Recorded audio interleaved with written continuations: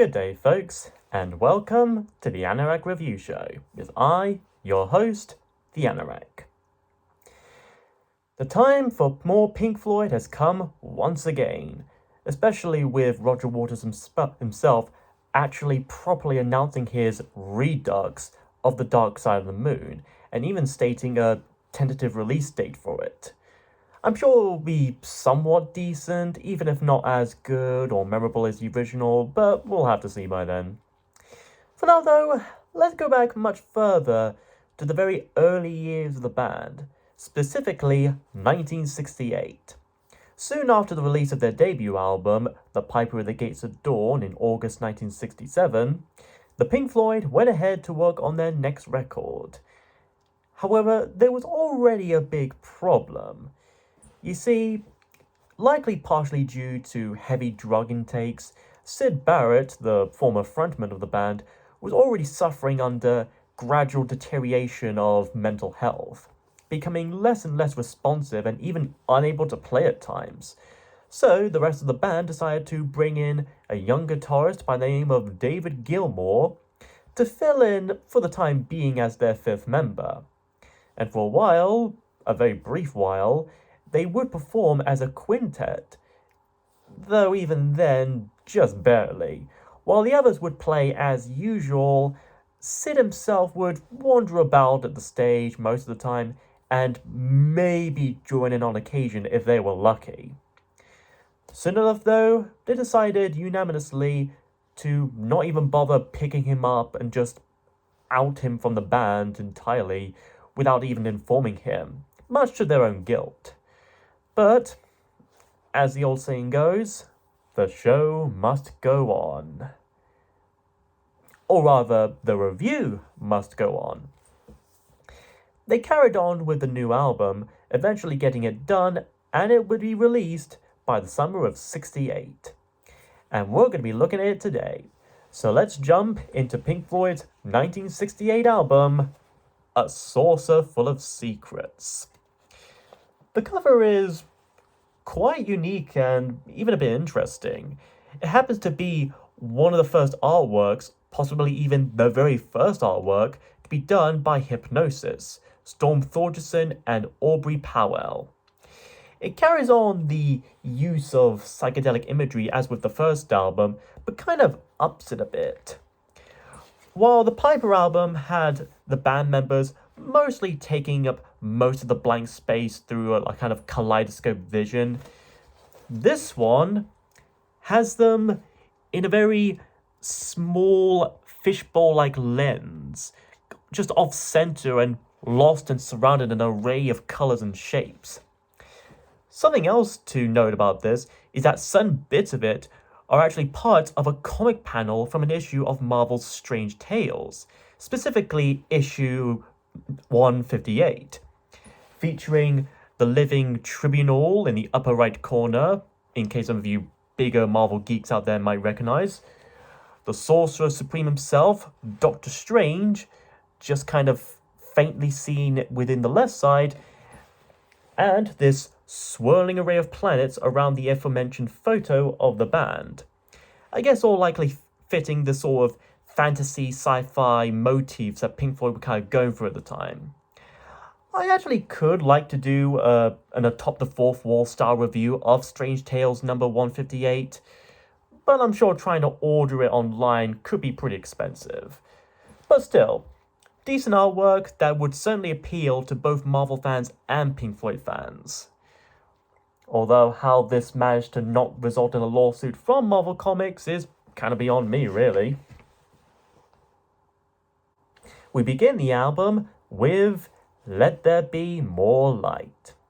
And already it manages to start off brilliantly with an intro on par with that of Astronomy Domine from the previous album, while still sounding distinct in its own way, with that nice groovy bass line by none other than Roger Waters himself. In fact, this song was written by him, you can certainly see the beginnings of his gradual rise as the prominent songwriter for Pink Floyd. Then about a minute and 20 seconds in, the bass phases out as the rhythm slows down into a more suspenseful feel as keyboardist Richard Wright sings the first few lines, while Roger could be faintly heard whispering those same lines as well. Far, far, far away, way, people heard him say, I will find a way.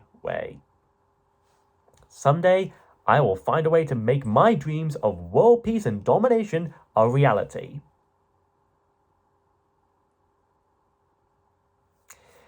There will come a day, something will be done. Seriously, when I say something has to be done with all that mess in the kitchen, and I ain't gonna be the one to do it. Then the music then changes again into a more harder mood as the young and almost unrecognizable guitarist himself, David Gilmour, sings about a mighty spaceship coming down to Earth and landing on the actual RAF station in Mildenhall in Suffolk, which is kind of close to Cambridge. This idea of a benevolent alien force descending to our planet is very much reminiscent of the 1951 cult classic sci-fi film The Day the Earth Stood Still. You know, the one that doesn't feature Jaden Smith or Keanu Reeves. Or even the Genesis song Watch of the Skies, which wouldn't even be out until like 4 years after this. Later in the song, there are even a few references to certain stories and media, such as with the line, Carter's father saw it there, possibly a nod to John Carter of Mars and one of Pink Floyd's lighting operators at the time.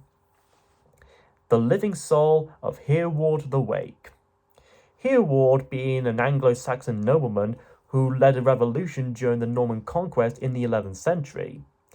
And there's even a name-dropping shout-out to Lucy in the Sky.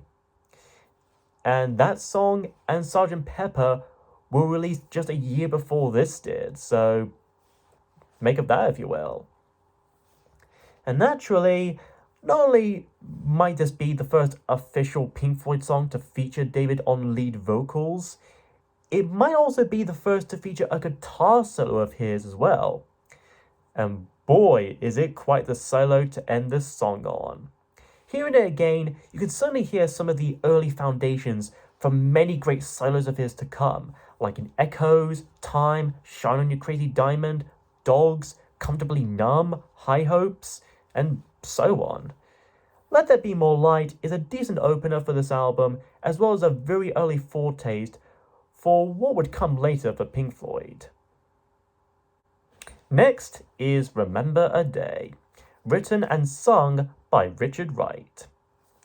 A dreamy meditation on the sense of nostalgia and yearning for one's own childhood. Remember a day before today, a day when you were young. Remember when you went out every night and nicked women's clothing off washing lines so you could try them out with your friend on a lane? Pepperidge Farm remembers. Free to play alone with time, evening never comes. Time and I have always been wanting to play Cluedo and Monopoly every weekend, and we would even try to invite Evening, but that moron just never turns up at all. The drums here were done not by Nick Mason as usual, but by the band's then producer at the time, Norman Smith, who also produced The Piper at the Gates of Dawn and Ummagumma. A reason behind that was that Nick was unable to come with the right drumming for this track, slightly similar to how most of the songs in A Momentary Lapse of Reason had percussion done by other people or drum machine. Obviously I love Nick's drumming, but I think Norman did try his best here with what's given. It may not exactly be as memorable as Nick Mason's work, but it certainly lives up to it. Besides, we still have Rick on piano, Roger on bass, and Syd on slide and acoustic guitars. Sing a song that can't be sung without the morning's kiss. But first though, you'll need to ask for the morning's consent first. Always remember that. Queen, you shall be it if you wish. Look for your king. Well, it seems royalty still needs to learn a thing or two about a game of tag. Why can't we play today? Why can't we stay that way? Well, probably because you keep playing Breath of the Wild and Tears of the Kingdom on my Switch and it keeps interfering with my work. Anyways, to offer my own interpretation with hindsight, I can easily imagine this being about Floyd Pinkerton from The Wall during his early rock star years in the late 60s, looking back at his childhood, or at least an idealized version of his childhood, with any and all negative aspects from it, like the abusive school teacher, the overprotective mother, and the dead father, seemingly blocked out, whether deliberately, consciously, or not. Just remembering the good old times of having fun, playing games, and just hanging out with other kids around his age. The more fantastical stuff, like in Let There Be More Light and from the previous album, like Astronomy Domine and The Gnome, being more about the childlike fantasies he'd come up with in his mind. Again, most likely coincidence, and Roger Waters himself wouldn't even come up with the wall concept until like a decade after this, but I like to think it can make an interesting read. Climb your favorite apple tree and try to climb the sun. Unfortunately, the sun is actually hiding in the peach tree just right next to your least favorite apple tree. Hide from your little brother's gun, dream yourself away. Yep, you better hide from that BB gun your little brother got. Last Christmas he shot his eye out with it. Why can't we reach the sun? Why can't we blow the years away? Probably because the years were built and constructed in a way to withstand strong winds. Okay, all those jokes aside, this is a pretty sweet song that definitely shows Richard Wright's own songwriting. The yearning for innocence and the realization of your limits while trying to catch and reach for the sun. And Roger Waters himself likes to think that the other bandmates couldn't write songs, had nothing to say, and weren't artists.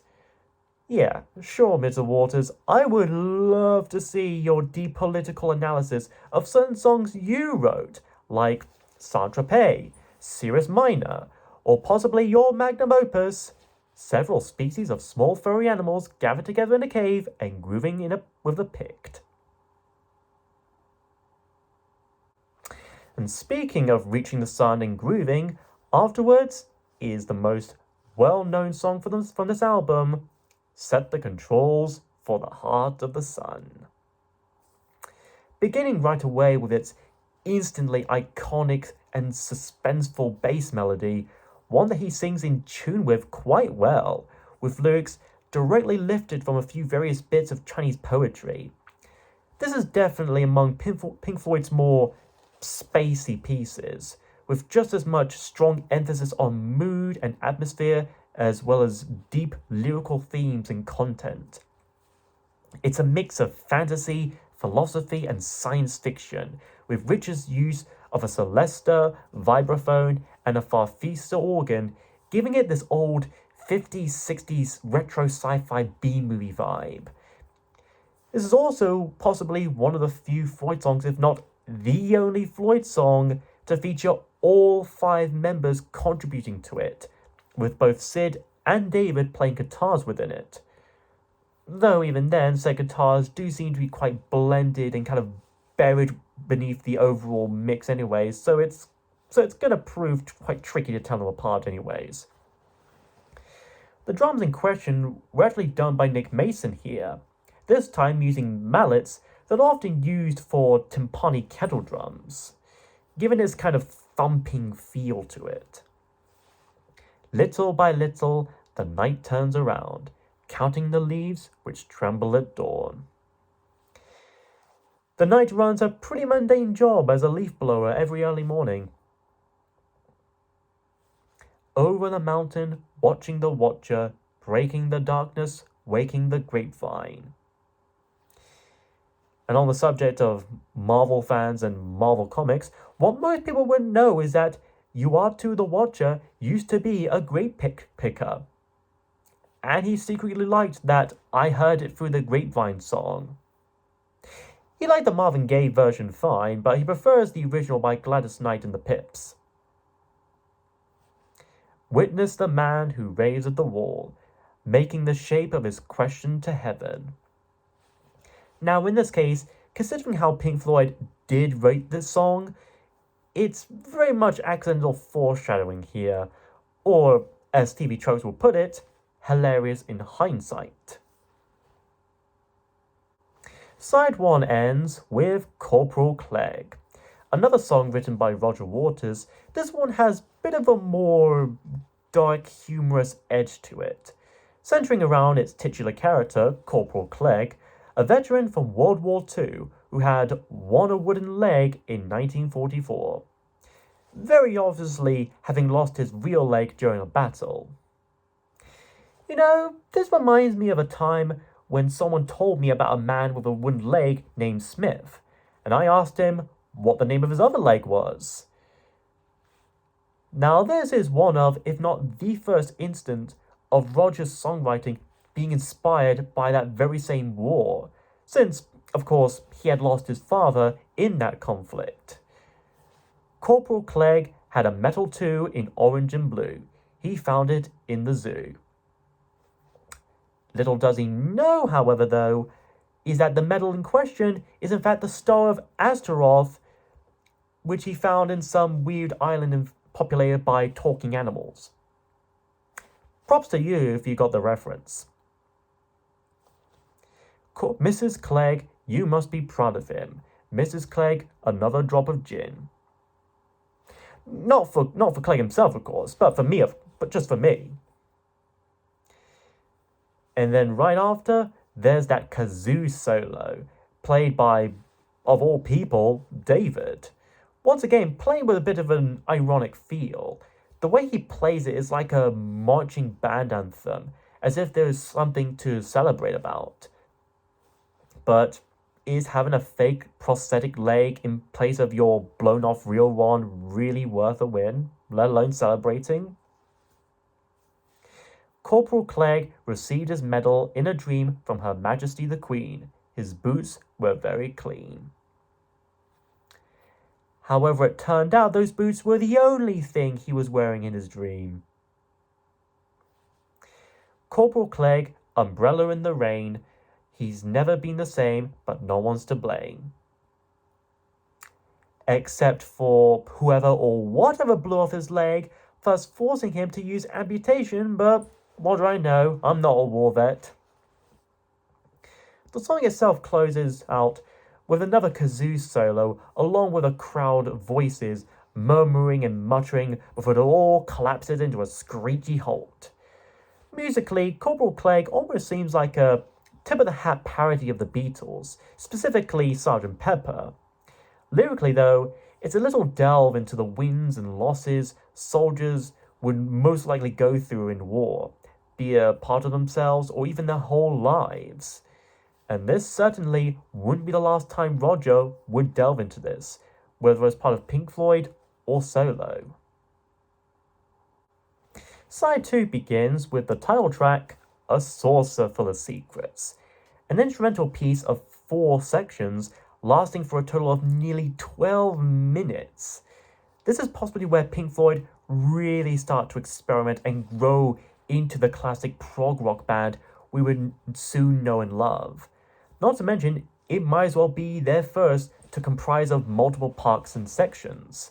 So, if it weren't for this, we wouldn't have the likes of At Apart Mother, Echoes, and Shine On You Crazy Diamond. According to Roger Waters himself, the overall track is meant to represent the different aspects of a battle or a war. Again, likely playing into the anti-war themes he usually uses in his music. But listening to it again with that mindset, I can certainly see how it could. The first section, Something Else, relies mostly, if not entirely, on complete and absolute build-up. With that slow, rising cymbal sound fading in from the darkness, along with an eerie organ, some discordant chimes, and other strange, unsettling sounds. It honestly feels like we're being pulled and sinking into this growing nightmare. It establishes its mood rather fantastically and takes its time in doing so. And if this suite is meant to represent war, this first part here could be about the very start of it, the soldiers lining up and preparing, the calm just before the storm. And it goes for nearly the first 4 minutes, where the tension almost becomes overwhelming and just spine-tingling. The second section, Syncopated Pandemonium, is when the build-up does indeed pay off. Nick Mason's stumbling drums seem to loop over and over as we're greeted with more nightmarish sounds like rising cymbals, David Gilmour's scratchy guitars, and Richard Wright's relentlessly banging on piano keys if this was suicidemouse.avi. This may as well represent the very war itself. Frantic, chaotic, paranoid, very little chance, if any, for tranquility, and no room for errors, while being filled to the brim with errors. I can see this music fitting well with those war flashbacks in the Wall film, where we see Floyd Pinkerton's father in the bloody conflict of World War II before getting killed by a bomber. The third section, Storm Signal, is brief, but it deals with the aftermaths and settles down the pace and tone. Starting at the 7-minute mark, as the chaotic drums and piano finally fade away, as the deep rumbling sound takes over along with that returning suspenseful organ, as well as those chimes again. At this point, the war has ended, but there seems to be no one left alive. No one had really won. Then we reach the fourth and final section, Celestial Voices. This is where it takes another turn in the mood. All the suspense of something else, the intensity of Syncopated Pandemonium, and the grief of Storm Signal have all finally passed and made way for the bittersweet end. The organ sounds much more comforting this time here than before, yet still somber nonetheless, demonstrating the peaceful mourning of the dead after this war had ended. Then we get some fantastic mellotron strings and choir added into the mix, giving this an almost heavenly and church-like feeling, as if the souls of the dead, including Pink's father, are passing on into the afterlife. It's honestly quite emotional, even with how simplistic it is. This is also one of the very few cases where I actually prefer a live version over the studio version, at least by a slight bit more. I recommend listening to the original studio album first, and then the version played on Live in Pompeii. It's much more intense, more fast-paced, and has a more epic climax and finale. After that is Seesaw, another one written solely by Richard Wright. This is yet another one of the mainly underrated tracks in my opinion, especially after having managed to listen to it again proper. Here, David's acoustic and electric wah-wah pedal guitars are played along with Rick's own range of instruments, piano, mellotron, xylophone, and farfisa organs. And they come together quite well in this simple yet deep soundscape. Much like with Remember a Day, this too deals with the contrast between the innocence of childhood and the hardships of reality and adulthood. This time revolving around a brother and sister, and their relationship. Marigolds are very much in love, but he doesn't mind. However, when it's the tulips that are in love, then he seems to have a problem with it. Don't ask me why though. Picking up his sister, he makes his way into Seesaw Land. The name's deceiving, of course. They actually mostly have trampolines and zip lines. Sits on a stick in the river, laughter in his sleep. Assuming he isn't doing something else in his sleep. Sister's throwing stones, hoping for a hit. He doesn't know so then. Little girl, I don't think you throwing rocks at him are going to wake him up anytime soon. Plus, if he is doing something else in his sleep besides laughing, it's probably best not to disturb him. She goes up while he goes down. Ew, my mind's already dirty as is. Anyways, another time and another day have passed, and she's selling plastic flowers on a Sunday afternoon. Picking up weeds, she hasn't got the time to care. What's worse is that she wasn't even given the gloves and tools needed for such a chore. She grows up with another man, for another man, and he's down, implying that she might have met another person to be in a relationship with, and the cycle starts all over. It may not exactly fit my pink from the wall theory, since he's never established to have any siblings at all, but it could either be about an imaginary sister he's thought up, or it could even be foreshadowing of his wife who would cheat on him years later. And in any event, Seesaw is a simple yet bittersweet song about the sibling love between brother and sister. Kinda like my own, but I digress. And so, our album ends with Jug Band Blues, written by Syd Barrett and possibly one of the last ones he ever did for the band. A fittingly surreal conclusion to such a surreal album, especially since this is the only one he wrote that actually made it into the record. Other tracks he did, like Vegetable Man and Scream Thy Last Scream, the latter actually including leading vocals by Nick Mason, were considered to be included, but apparently Roger blocked them because they were too dark. Yeah. The bloke who wrote a song about a World War II vet who lost their leg and has to deal with the trauma of it, and would go on to write an album about the dark side of excessive, heavy-handed capitalism represented by animals, a rock opera about a man's growing isolation and alienation from others represented by a wall, a de facto solo album that critiques the Falkland War and the people behind it, and an actual solo album about obsession with television, politics, and media to the point of amusing ourselves to death, thought that these songs were too dark. I'm starting to think that he just did so because he could have more of his songs that he wrote at the expense of others. I mean, after all, why else would he do the Dark Side Redux? But back to Jug Band Blues. Syd seems to sing about what other people may think of him and his condition, with a joyful, carefree, and almost nonchalant attitude, saying it's awfully considerate of them to even think of him. Yet he feels obliged to make it clear that he's not here. A line or two worth noting is, "And I never knew the moon could be so big, and I never knew the moon could be so blue."